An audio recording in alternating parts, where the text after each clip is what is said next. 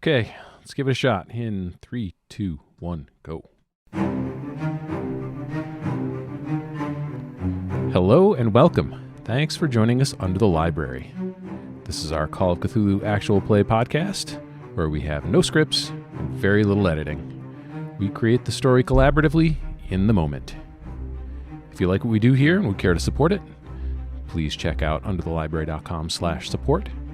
There you'll find direct links to our first module, The Snake's Oil, and to our Patreon account. Again, that's underthelibrary.com/support. And if you're a tabletop RPG gamer looking to get more out of your gaming experience, check out our other show. It is called Up Your RPG and can be found wherever you get your podcasts. My name is Arthur, and as you can tell, I am just getting over COVID. Because of that, we couldn't record at our regular time, so we've got a skeleton crew tonight. It is just myself as Buddy, Emily as Collette, Rick as Sam, and as usual, Michael is our keeper.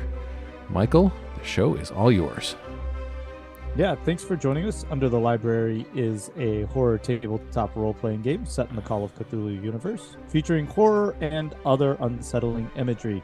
Not safe for Scott, even though he's not here, we'll still use it. Is your signal the following information will be graphic? If you're concerned, skip us ahead, but stay with us. And if your romantic stage partner twists their nipples to distract you, you're probably in the right spot. And with that, appropriately enough, we'll turn it over to Emily with last week's recap. Thanks, Michael. So last week, Sister B rushes Ethan out of the pharmacy to take refuge with the nuns in the convent. She suspects she might find answers to her questions in New Bloodstone, so she decides to leave Los Alamos and takes Ethan with her for his own safety. Collette shares with Eddie and Buddy the most sensitive parts of her visions from the previous night. Eddie decides it's time to fill someone else in on the case, and because he doesn't trust Agent Smithson, he instead calls his colleague Jimmy. Fearing for her health and searching for answers, Collette decides she needs to find a doctor in town to examine her. Sam, having arrived at the hotel with circus peanuts in hand, goes to the front desk to ask after Elroy. The man behind the desk is clearly protective of Elroy, but finally directs Sam to his room. Sam finds a man who is incredibly welcoming and friendly, yet clearly a bit unbalanced, and he proceeds to get him drunk. Elroy complained of a headache. And that's all. You gave me a look. I'm imagining. I thought you meant that. I'm imagining. I have two questions. Can I start with two questions? Sure. Oh, I would love that. First of all, in your disclaimer, did you say that if your stage partner twists your nipples or their nipples? Either There. one. Yes. Okay, because it seemed like assault the way I heard it. So I just wanted to make sure I got that right. And I forgot my other question, so COVID brain. Okay. Off to a great start. Were you about to ask if anyone could twist your nips? Nope, that's definitely not it. Definitely not it. All right. But thanks for the suggestion. I'm just throwing it out. Appreciate it. You're welcome. Feels very quiet with just four of us. Well, one of them's Rick, so it's not that quiet. We'll make up for it. So Keeper, are we? We're starting where we left off. Absolutely. All right. Well, I think the last thing we heard was Elroy talking about a headache. At which point, my eyes and ears and butthole would have perked up, and I would have probably looked over, and I would have went, "A headache, Elroy? Would you say this is feels like there's a lot of pressure up there? I'm sorry to hear that." Ooh. That whiskey, it just hit me real fast. Ooh, like an ice cream headache, but it's a whiskey headache. I'm just. Oh no. Yeah. You got any medicine in the medicine cabinet? Let me get up here and talk to the proprietor here, see if he's got anything. And I'd stand up and turn towards and walk towards it was Henry, right? Or yeah. Hank? No, Henry, right? And I'd walk towards Henry and I'd say, Henry, Henry left you. Oh, I thought he was coming back in with Buddy and Collette when they walked in the room. Are Oh. we in the room?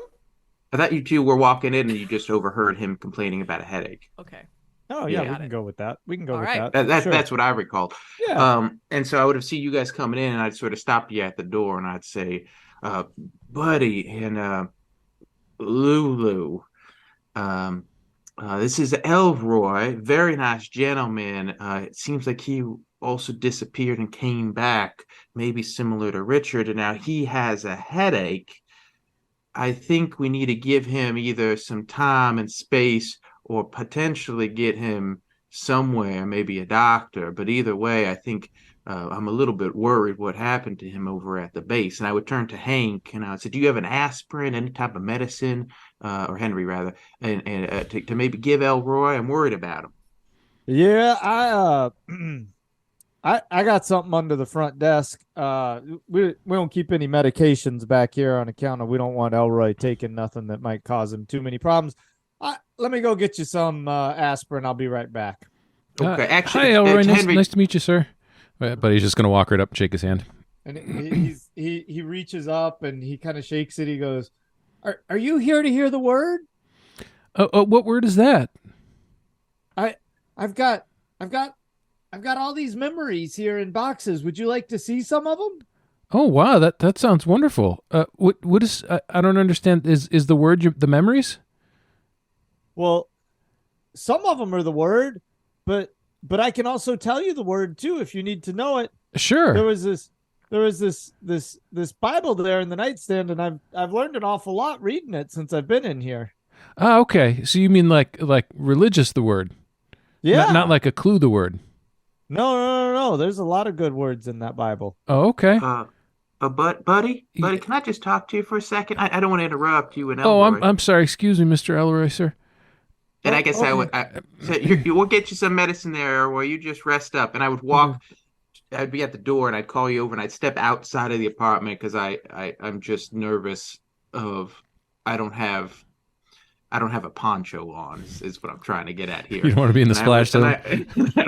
And I would step outside to make sure I'm not in sight of whatever may explode potentially. My insides sort of tingling, and I would say, "Buddy, I'm worried about Elroy. I think whatever happened to Richard when he disappeared now is helping into these people, and from what I heard, is Mr. Richard had a drink preceding this Poppins, and Mr.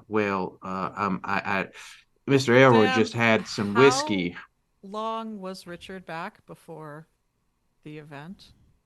Well, that's a good question there, Lulu. But I seem to remember, based on our notes, that it was only a couple days. yeah, I think that sounds about right. I didn't see him or meet him personally. Maybe just his remains here, there, and there. But I did run into a couple of other individuals who were infected, is the best I can describe it, and it was How shortly. long has Elroy been here? And I guess I would turn and look down the hallway. Is Henry coming back at this point? Yeah, and he's holding up a bottle of aspirin up in the air and kind of shaking it above his head as he's walking down the way. And I would say, Henry, how long has Elroy been back since he disappeared? Oh, been a couple months. Oh, Has he he's had been any? here a bit. Okay. Has he had any alcohol in the time he's been back? Ain't no partying going on in that room, if that's what you mean. Well, no, I understand that, sir, but sometimes, adults have drinks occasionally. Is that something that Elroy may have done? I haven't brought him no liquor. Oh, interesting. If I'm worried about him, Henry, and I think we either need to put him in quarantine or we need to get him to a doctor. Well, why are you concerned about him? I've been taking good care of him since he's been here. I understand, but we've had friends who've gotten disappeared and Sam, they've come back. This doesn't make any sense. He's got the bottle of aspirin in his left hand. He's got his shotgun in his right hand. Don't forget. Yeah, no, I'm aware, and I would say, please, just maybe the aspirin will help him out. Please, Henry. He's got a really wicked headache, but I'm worried about him. I'm worried about what they did on the base, and I'm worried it's going to spread. What were you gonna say, Colette? No, I wasn't. I was just staring at Sam very intensely because I haven't been away from the base for even 2 months. Ooh. I mean, if this is really going to happen to him, shouldn't we get him out of the Well, hotel? I said, buddy, either we got to contain him here, or we need to get him out right quick before anything I happens. don't I like don't the know. way you're talking about him. I'm worried his life is in danger, and I don't know if there's a way we Should can I solve be it. worried? Have you had any alcohol, Colette? Keeper? I Roll. assume I would have. Uh, let roll on it. Even you Yeah. have, odd you haven't. Even. Sure. Yeah. Well, then maybe. I mean, if you've had alcohol and your head seems fine, maybe it's either that it's just the men who get abducted who get the thing, and then the alcohol, and then the pop, or maybe they didn't do that. Whatever they did to Mr. Richard, maybe they didn't do that to you. I need to see a doctor. I know Yeah, I said that before. That's probably a good idea. I don't know what is happening. Well, how about this? How about if you're going to go to the doctor, do you want to go with Elroy? Do you know of a doctor that we could see? Somebody discreet. And I tell them about the same doctor. I forgot her name, the one with Gardner. the Gardner. Thank you. Who I first met the original group with when I was rap-a-tap tapping on the door, all angry about that chicken man. And that's right. And I would tell them about her and how she seemed to be both bright but discreet. How much time do you think we have, Mr. Sam? Well, I don't know. I would say you I want got. to know what you think is wrong with Elroy because he has been fine under my care for the last Oh, 2 months, and all of a sudden you walk in there, and Mr. Elroy is having problems. Now, if you care to enlighten me, sir, as to the predicament that you see, or I'm going to enlighten you within a minute full of pellets. I had no idea Henry was there this whole time. You forgot he was there, didn't you?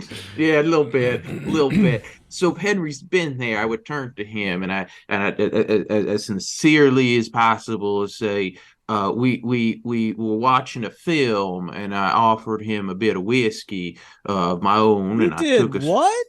I took a swig. We shared a drink while watching some of his films, and then he's got this wicked headache. And well, it came to me that someone else who was disappeared had a drink, and well they passed away. Their head filled with pressure is what I heard, and it exploded in a horrific manner. He levels Yeah. both barrels at your chest, and he says, "I think you have overstayed your welcome, sir." I just back up and I say, I'm so sorry. And I'd start backing up and I'd say, we can get him to a doctor. We're just trying to help. And Buddy, do you have your uniform on? I do. Yeah.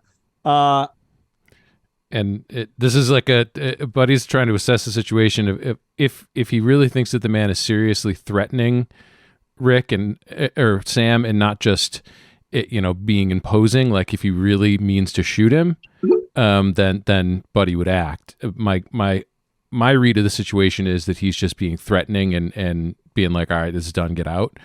That he's not actually going to shoot him. But if Buddy actually thinks that the man's going to shoot him, then Buddy would behave a little differently. Buddy reads his intentions as being very protective of Elroy. Yep. I rolled on it for you. Buddy reads his intentions of being very protective of Elroy and wanting y'all to leave because he's now extremely concerned about the situation. Okay. Your uniform is heightening the situation because Elroy was on the base. Now Sam's been in there alone with the man. Mm-hmm. So now he's starting to probably create unnecessary he's starting to infer about this instance things that may not be true, right? Your Okay. uniform, Yep. Sam being there, and possibly, wondering if some conspiracy is afoot. at the Right. Like moment. if we're part of the reason that he was exactly. abducted in the first place. Yeah, got it. Sir, I appreciate it, and I would be backing away at this point. So, yeah. I appreciate that you're taking care of him. And hey, it was really nice to meet you, Mr. Elroy. And Sir Henry, sir, if something does happen to Mr. Elroy, please keep other people away from him. Okay. I just want to keep everybody safe. And what would happen to him? Well, we don't know. That's the thing, that some other people have been hurt, and we're trying to stop it. And that's why we were thinking we'd want to get Elroy to a doctor. Okay. But and he looks at Sam and he says, "If anything happens to Elroy, you're gonna have the whole neighborhood coming to look for you." And he points at Sam. Well, and at this point, I'd like to think I'm like down the hallway, just for what it's worth. I've just been backing up this whole time. Well, you're basically in a parking lot, right? Like you're. oh, right. It's the drive-up outside motel, motor so- lodge. Oh, it's a drive up. Okay. So yeah, I'd be backing away, and I would go.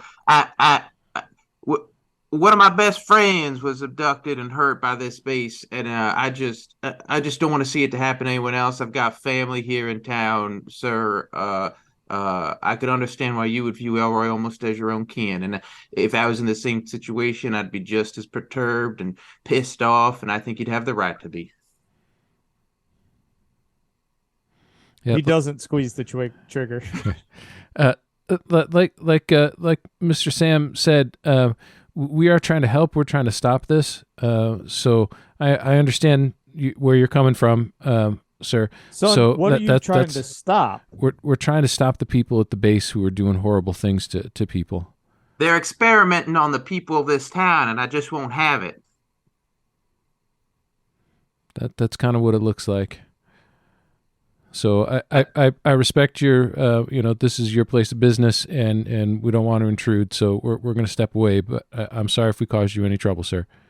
If you decide you believe us, I'd encourage you, implore you to take her to a local doctor. Dr. Gardner in town is exceptional. She's helped us out in a similar situation, and that would be my 2 cents. I'm so sorry to intrude, and I hope he does well. She cured your friend?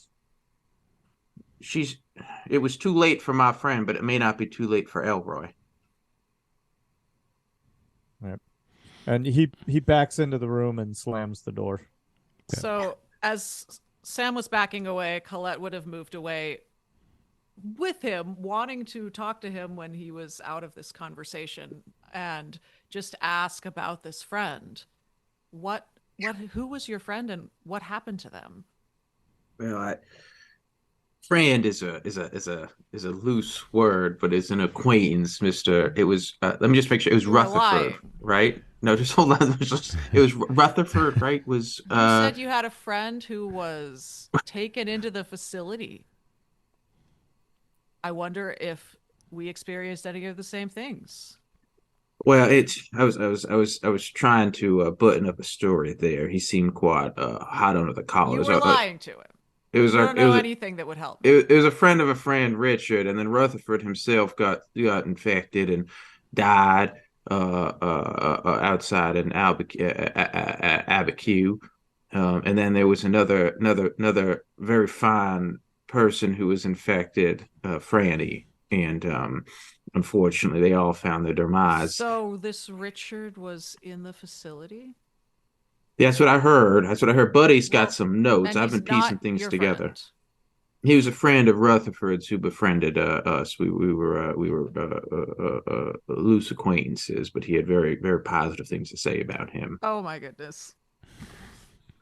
Without the laugh, I would probably turn around and go back to find Buddy, because this is not at all what I was hoping for. And I would say, but Lulu and Buddy, at this point, if you're there, I would say, listen, I think it's high time we maybe try and maybe find our way out of this town. I'm not sure what's going on, but I think it's too much, and I think we need to find that sister and anyone who may be trustworthy that we're aware of right now, and figure out what the next steps might be, because this seems like it's spreading, and they're taking advantage of just everyone here. I got to get my family out of here. That's my plan. So, where were you to be staying? You're welcome to come to our farm after you get to the doctor. Just to back up a little bit, before, as soon as that door closed, Buddy would have looked around to do a scan to see if there was anyone watching. Sure. Do a spot hidden roll for me. No. Oh. Right. Buddy scans, doesn't seem to see anything out of the ordinary. Excellent. Hey, at least no air conditioner fell on your head. That's true. That's true. So then I would walk up to Sam and Collette. Okay. And so, I'd be telling you, you're welcome to come and stay with us before we find what we're going to do next here over at the farm, or let me know where you plan on staying, and we can try and I can let you know where we're heading. But I've been reading up on this town that seems to be related in some fashion. It's this Bloodstone, and I was thinking of maybe heading my way up there at some point. I've heard of that. Yeah, that does sound very interesting. I heard them. Oh, sorry, Buddy. No, go ahead. I told you about this though. In the house where you found me. Yeah. That's what the Russian woman and the girl were talking about. The girl was adamant about going to Bloodstone. Yeah, there's a lot of things pointing in that direction. But didn't you say you wanted to go to a doctor? Oh, well, that's where I'm going. Absolutely. Okay. Well, yeah. Let's do that Gardner, first. Can I? So she's discreet, but does she know about any of this? I mean, if I ask her about being I'll just ask for her to take a look. I don't want to tell her too much. I don't. No, she knows a little bit about what happened to Richard, and she knows about Joe and Rutherford and the gang, and she seems bright. She's not all that friendly sometimes, little prickly, but she's bright, and I think she's the best shot you got here in town. I say I'm going to be back at my farm. I'm going to try and get my family together and see if we can make our way up to Bloodstone. Maybe that sounds like the best.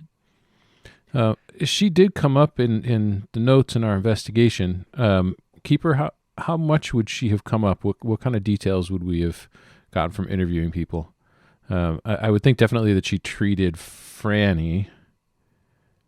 Sure. I don't know make what an else. Intelligence roll on it then. Okay. Or is that? Let's see. That might be more knowledge. What's Okay. Buddy got? I'll give you either one. What do you have, Buddy? That is a success on either one. It's a regular success on either one. Yeah. So certainly, you would have encountered her directly. I think in terms of you would have interviewed her, you would have had enough leads that said, "Hey, check it out," and you probably would have noticed her cautiousness about you and response to your uniform, as well as your sense, besides direct knowledge, your sense that she has apprehension about the military presence and what they're possibly doing on the base, but she was reluctant to be too subversive with her language in your presence. Okay. Yeah, I would convey that to Collette then. So that kind of seems like she might be a good person for you to talk to. But in how much detail? I think you might have to decide that I'll when you feel it start out. talking to her. Yeah. But she does seem like she would be trustworthy. She did help some of those other folks out when they needed it. Yeah, I think I was in her waiting room. Really? Actually, well, when I was following the nun, the Russian nun. Ah, okay. They Wow, went in she there. was there. Oh, with that poor girl Joe. Yeah. No, ma. Did you tell us that you knew Joe? Do we know this? She's talked about Wait, are you hearing the talking to Russian. No, I'm sorry, to Sam, because he just okay. he just definitely reacted. Yeah, I think definitely over the period of time, because when Okay. we first met, it was right within the house in the context, and Sister B. I mean, that would have come up, and Sam maybe not would have told you the depth of his knowledge and how much he cares, but he would tell you that she hasn't really changed much. And if you'd like to visit her, I'm sure she could use the company, and I would sort of tell you where she's at now, and sort of that she's just sort of a shell. And but with that, Sam would sort of wipe a tear from his eye, and he would say, and all the more reason why we need to protect ourselves, because there's too much going on here. I'm not feeling good, and I'm gonna head back. You're welcome. Give the farm a call if you're not, and I can meet up with you guys anywhere. And I'd give you the number for the farm and the address, and I'd tell you where it is, and I'd go to my truck. Okay, all right. It was good to see you, Mr. Sam. I'm sure we'll see you again soon. We're gonna go to this Dr. Gardner's. Okay, that sounds good. And I'd sort of pause before I get in the car, and I'd look at you two, and then I'd look at the inn in room 131, and I'd sort of just shake my head before I hop into the car and head off to the ranch. Okay, yeah, we get in our car and probably look over the shoulder at the room on the way out, half expecting to see the inside of the windows painted. Yep. Okay. As you get into your car, Sam, and turn on the radio, you like to turn on the radio, right? Oh dear. What are you doing, Michael? What are you doing? Oh no, Michael, stop. What are you doing? Don't do this. Michael, please don't do this. It's okay. He doesn't get to sing along. Oh, There's a song playing, and it's the first song that you and Cheryl danced to. What is it? Oh God. Wow. The first song we danced to. How's your early 30s country music I trivia? would say it is. No, I would say it is. I'm trying to think if this is the same time frame. I'll give you a second. Bing Crosby's Blue Hawaii. Probably a little later. Okay, I need to look up time frame, but I think, right? Maybe it's close. I think it might be off a little bit, but it's close enough that you came up with it. 37. That would work. Be perfect. Well, maybe. Yeah, it's a little late. Maybe a little late. Maybe a little late. But you know what? In this universe, I'd say let's fudge it. In this universe, it was 5 years earlier. I'm rolling with it. Perfect. Because who knows when Amos was conceived? Right. So there. It's Ira's child. All right, go ahead. All right. And so this reminds you, of course, of the first time that you and Cheryl danced to Bing Crosby's Blue Hawaii. And tell me about that moment. Well, I was on leave out of camp, and this was actually up in the city, and she was there with her girlfriends, and we happened to be out cruising around, me and the fellas, as we had a hop on the ship, head overseas the next day. And well, she was laughing quite a fit, and she was giving another gentleman the what for, who was trying to flirt with her, and she just caught my eye as just a pistol, and decided to go on up and well, shoot my shot, so to speak. And it must have been my southern drawl that really just sort of captivated her. All right. And as you're having this daydream, right? You're looking deep into her eyes, and you're dancing with her, and she pulls back a minute, and she looks back deep in your eyes, and she goes, "Sam, did you put a cow out?" Oh my Lord. And that sort of, wow. That's sort of frankly fucking with me a little bit, because that doesn't compute. We're talking about a dream from 10, 15 years ago of our first time meeting with sort of something that is more recent. And I think I would sort of break into a little bit of a sweat and I would go, Cheryl, what are you talking about? We just met, but the cows, we don't have cows yet. And then you're back and you're kind of in the car. You're holding the steering wheel, or in the truck. You're holding the steering wheel. You're kind of holding it really tight, and you're sweating heavy on the brow. And that I'm like, I gotta get back. This is would this be the first time that's happened, or has that happened before? Certainly, it's happened before. Yeah. So, but it's just as uncomfortable, I'd say, each time. It's sort of timelines or memories are Sure. In melding fact, you should together. probably make a sanity roll. It's so uncomfortable. Oh, I'm sure I do. Uh-oh. It was a 93. Oh, jeez. Oh, you almost made it a fun night. All right. Well, with that, you can take 3 points of sanity because these things have started to happen with a little more frequency than you're comfortable with. Yeah, I'm used to that. And Sam's now got a little bit of a crazy eye. Oh, great. It's just what he needs. Buddy, you and Collette are getting into a car, and as y'all get into a car, you had done this a couple times at the hotel, but you reached inside your coat and you felt in the inner pocket. You wanted to make sure that this letter was still there. It's a letter you had received a few weeks ago, so basically like in between our arcs here. Okay. And it was forwarded to you. Your mom's handwriting had written the new address on it, but the original was addressed to your home with your name on it in a script you didn't recognize, and the original postal date on it was years ago, and she had put a new stamp on it, and your gut just told you to wait, and you've kind of held on to it, and you keep reaching into your coat every so often just to check that it's there. But I have not read it yet. You have not read it yet. Okay. Yikes. All right. Love this. All right. So Buddy and Collette, are y'all off to Dr. Gardner's? Yes.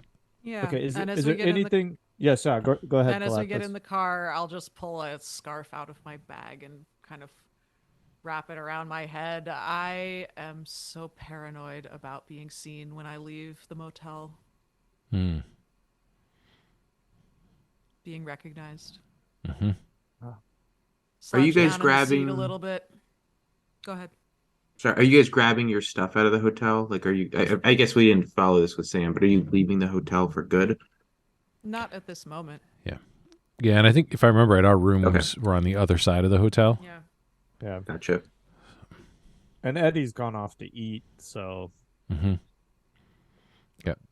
Yeah. So probably not going to fully abandon him. No, not at all. Yeah, and I don't think that we're quite ready to just take off for Bloodstone either, because Buddy's still conflicted about leaving, all the people that he thinks are on the base being held on the base. And of course, Collette is conflicted because she wants to solve the mystery of what happened on the base, but also the weight of being essentially a fugitive is not insignificant. Sure.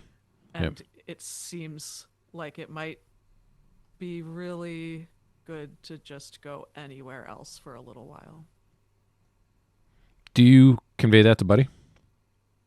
I probably have. And sure, why not? That's a good car conversation. Okay. I'll just say, as I am hiding my head and slouching down, that I just don't know how much longer I can do this. Do what? Like this. Oh, yeah. Yeah, that's got to be very stressful. It's been over a month. I haven't found out anything, and I've just been staying in the motel and sneaking out, and I don't know what to do. I mean, maybe we should leave just for a while. Yeah, there are definitely a lot of clues pointing to that Bloodstone town. But I'm a little apprehensive to leave here with all those people, going through what you went through. I mean, I would come back. We would come back. I still have to know what happened. And this is the only place I can find out, but I just need a break. Yeah, I can understand that.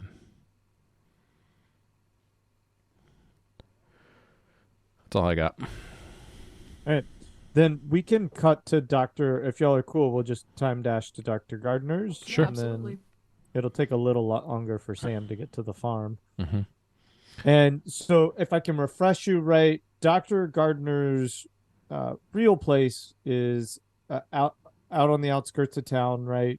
And had kind of a large facade that in the front were treatment rooms or treatment areas, really. They were more like curtains. And then in the back where the dog runs. Do you remember the dog runs? Oh, right.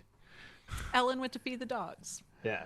Wow. And so when you bang on the door or knock on the door, I guess, at the front, or you could just walk in, what would you do, Collette? I guess that's the question for you. This is clearly a clinic. It doesn't Yeah. just look like a home. Then I would Right. walk in. Okay. And a somewhat timid and apprehensive woman stands up and walks quickly up towards you, and she says, can I help you? I hope so. Is this where Dr. Gardner works? It is. What do you need? Well, I was hoping for a consultation. I was hoping to see her. Okay. Can you fill out this form and have a seat right over there? And Sure. Thank you. Can we just retcon one thing real quick? Yeah. Buddy would ask Collette, do you want me to wait in the car, or do you want me to come in with you? It's up to you. I don't know how long this will be. I assumed Buddy was walking in. Y'all Okay. figure this out, because this will change I know it will. And I also wanted to, if Buddy's there, I wanted to explain his demeanor. I mean, maybe you should come in and see how long it'll take, and then you can leave. I mean, you don't just have to sit here. Oh, I'm not going to leave you here. But that's okay. I'll come in with you. Okay. So Buddy's going to stay at a little bit of a distance, take his hat off and hold it in front of him, and have sort of as much of a diminutive stance as possible. He's going to, try not to be authoritative, and he's going to try and be sort of standoffish and non intimidating. Okay.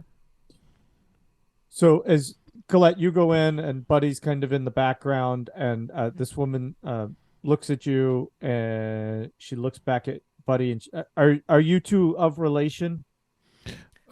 This is my friend. Yeah, we're friends. I'm just here for support. So you don't need to be treated? No, ma'am. Okay. And let me just see. So she cuts her eyes kind of back and forth constantly to Buddy and you, and then she hands you these forms. She said, there's a couch you can sit on right over there, and I'll let Dr. Gardner know you're here. What's your name? My name is Lulu. Okay, Lulu, have a seat over there. And do you want your friend to sit with you? Yeah, that would be fine. Okay. That would be great. And she kind of like takes 3 or 4 steps back and then just motions you over towards the couch, Buddy. And she stumbles a little bit, like running into a table or some other object as she backs off to go into another room and find Dr. Gardner. Aww. And she just looks a little unsettled. Okay. Okay. That uniform should have waited problems. In the car. Poor All Buddy. right. He's like the least Sam? intimidating dude in the world, freaking I know, people right? out. Yeah. So you're on the drive home, and your mind's constantly racing about that cow. Yeah, I And gotta get a cat out, cat out. yeah. Wait, no, yeah, gotta get the Yeah. cow out. And so, And yeah, go ahead. yeah. And so I'm pretty fixated on that, but I'm also trying to make sure, I keep to the speed limit and I make my way back home. But I'm also perturbed by this whole Elroy situation. I'm worried about Henry and it's just the whole 9 yards. But I'm like, but then thinking about Ira and the things that I picked up and learned from the library, those little notes, And the I, more agitated you get, your neck starts to burn. I like where my scars are from Yeah. the mustard Yeah. gas. Yeah. Yeah. They just kind of itch and they burn, and you're scratching at them as you're driving down the highway. So by the time that you get home, you're fit to be tied, so to speak. Yeah. And so I'm just sort of my neck's are hurting, and I hop out of the car, and I'm just thinking to myself, I got to get the cow, but first I go to check the tarp cover in the back of the truck. Is the bicycle there? Oh yeah, there is a bicycle back there. Damn straight. And I want to take a look at so it. bad. I want to take a look at this bike, and I want to make sure if there's nothing like identifying about it, and if there's like a pink basket or something that like I can take that off, or a bicycle card. I just want to take off anything that looks unique. Make a spot hidden. Oh, don't do this to say. Yeah, Sam's in a little bit of a fit. He could miss this. Uh, Oh my god. Oh, he did. Oh This is good. no. yeah, 75. Oh, okay. Okay. So I mean, you're There's gonna- nothing large and obvious. Is that fair? That's okay. it. Yeah. Yep. Okay. So I would take the bike down and I would go up to the house and I'd sort of prop up the bike on the side of the house, and I would go up and I would knock on the door, and I would open the door and I would say, "Honey, I'm home." There's nothing. Wait, should I hit this? And I would Crickets for Sam. yeah, and I would open it and I would walk in and I would take a look to see like, Amos, hello. And I would Dad? Dad? Yeah. Hey there. Oh, and he comes running from the back of the house. I thought for sure Oh. they were both going to be gone. I was so worried. Little Amos, how you doing there? And I'd catch on, where's your mother? Good. Did my bike come in? Oh, look at you. You always got that on your mind. Have you been good though? Have you been minding your mother? Yeah. And even when she says the naughty words about you, I tell her that my bike's gonna be coming. Well, that's so charming. She does have a little bit of a mouth sometimes. But guess what? Your bike did come in. And I'd say, well, you gotta be real good now, and you gotta mind your mother. But the bike, it's right outside. Wow, that's so exciting! And he just he tears out the door, and you like out of the corner of your eyes, you turn your head, you see him kind of taking it down the front wooden steps and Yep. running out to the driveway, and And I would yell after. Were bicycle helmets a thing back then? I presume he's also ridden Absolutely a bike not. before. No. I just, No way. oh, this is gonna be no. So I would tell him, stay on the property, not on the main roads there, and don't go too far now. All right, there, Amos. Does he And know so- how to ride a bike? That was my question. I presume he does. It's he's Is there? he's Is gonna there a give it his scene? best shot. He's gonna be falling a little bit. And... Is there like a scene where like I see him get on the bike and then just immediately fall over like into a pile of mud or something, and he's like super excited. I by think it? asking Sam to try and teach Amos how to ride a bike right now is just way too far beyond what he's capable of. Poor Sam. That's fair. And so I would, but did he respond when I asked, "Where's your mother?" I mean, I did ask him that. No. No. Oh, good. So I would yell at the house, like, Cheryl, you in here, Cheryl?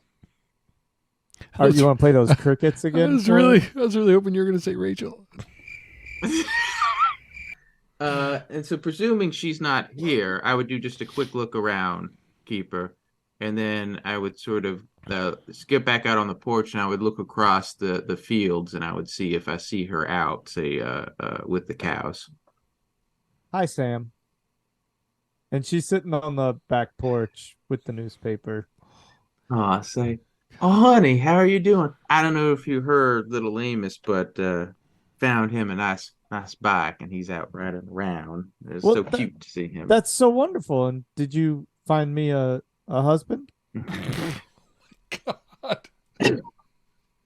I say, well, there's that little pistol of a mouth. I say, but I did find something I think that's even better. And I think it's going to help in every possible way, because I think we've all been under a lot of stress. And I think little Amos is going to absolutely love this. And I pull out a pamphlet and I go, I think what we all really need is a family trip out to New Bloodstone together. Look, and I go through scene right there, just scene.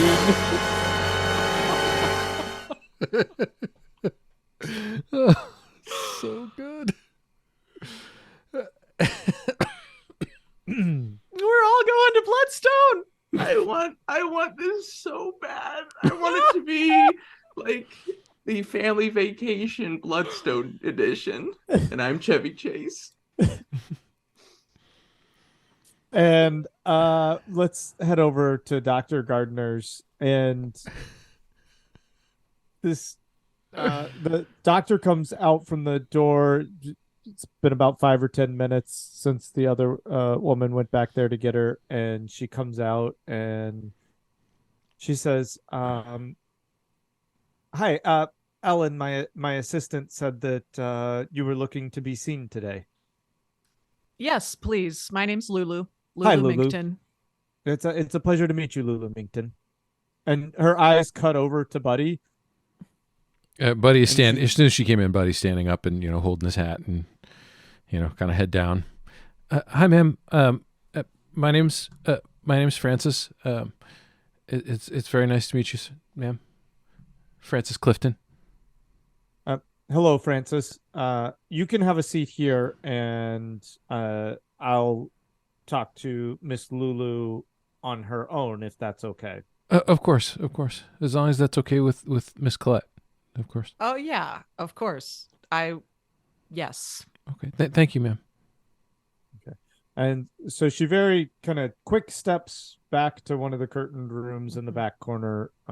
It would, for past listenership, and y'all know, this is where she saw Franny last. Mm-hmm. So we're kind of going into that same room. Yeah, with the rod thing that So as polite as Buddy is, he is going to try to listen to what's being said. And make a stealth roll then, Buddy. Oh, not following, just listening. Nope, that's a failure too. Okay. I'm getting every other one. So as she takes Collette back to that room, Ellen comes back out, and she's very fidgety and nervous, and she keeps kind of taking her hair and tucking it behind her ear, and she's trying to talk to you, Buddy, and she says, do you work on the base? Well, I did. I haven't worked there in some time though. My work is off the base now. It's been about a month? Yeah, probably. Oh, it's been about 4 or 5 weeks. And why don't you work there anymore? Well, I'm on an assignment off the base. Okay then. And this is like from the kind of third person perspective, probably one of the most awkward conversations ever, because Buddy's trying to be super humble, and she's genuinely like not flirty, nervous or anything like that. She's genuinely nervous, like freaked out. Yeah. And Collette, she pats like the bed, and she says, "Hop up here." And what can I do for you? Just out of the moment, I just wanted to ask, was there anyone else in the waiting room? Have we seen anyone but Dr. Gardner and Ellen? No, it was empty. Perfect. Okay. Sorry. So she asked, what can I do for you? Yeah. Okay. And as you're talking to her, she's like got her stethoscope and she's listening to your heart and listening to your lungs and those kinds of things. Well, I have some possibly strange questions. Don't I we all? wondered if you could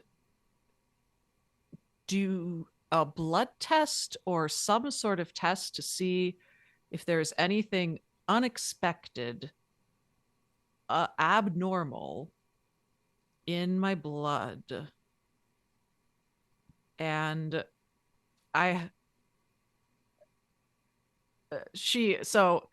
did she look like she was going to say something, or was that just you, Keeper? Because if she was going to say something, I would. She that wasn't the keeper saying "don't we all." That was her saying "don't we all." Oh, okay. Like, I have some weird questions in response to that. So yeah, go ahead. Oh, great. Okay. Did you get into something? Not exactly. No. She looks at you very. Her gaze is sharp and cutting, but not in a negative way. It's just she looks deeply into you, and she's like, "Be honest with me. Tell me what you need." I need to know that I can trust you. And I'm not sure how to achieve that, but I can't just explain what I need. I need a blood test. And I need you to tell me if you can tell if I've given birth. She nods her head up and down and scribbles kind of a couple of notes on her clipboard. And she looks back at you and she says,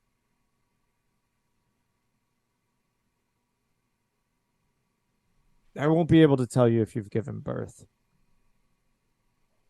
But what makes you think you have?"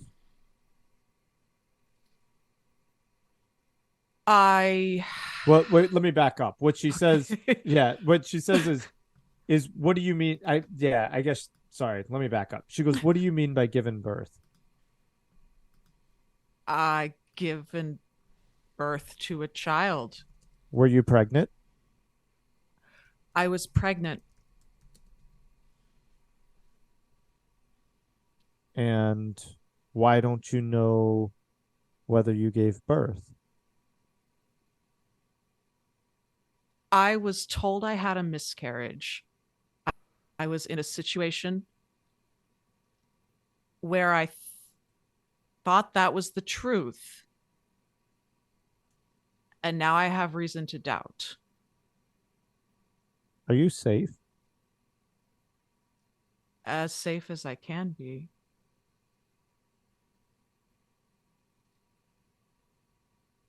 And why don't you know if you gave birth? What is this situation? You're going to have to tell me. If you want me to help you, you've got to tell me. I know there's weird things in this town. I see them all the time. I hear them all the time. You What's can be your honest. relationship to the facility? And we'll cut. And that is where we will end the show. Whew. That is going to do it for this episode of Under the Library.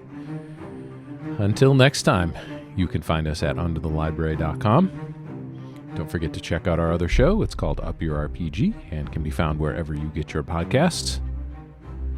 So until next time, which will be just in just a couple days, if I could speak. For me, for Michael, for Emily and Rick, and for the absent Scott and Wayne, thanks very much for joining us, and we'll see you next time under the library.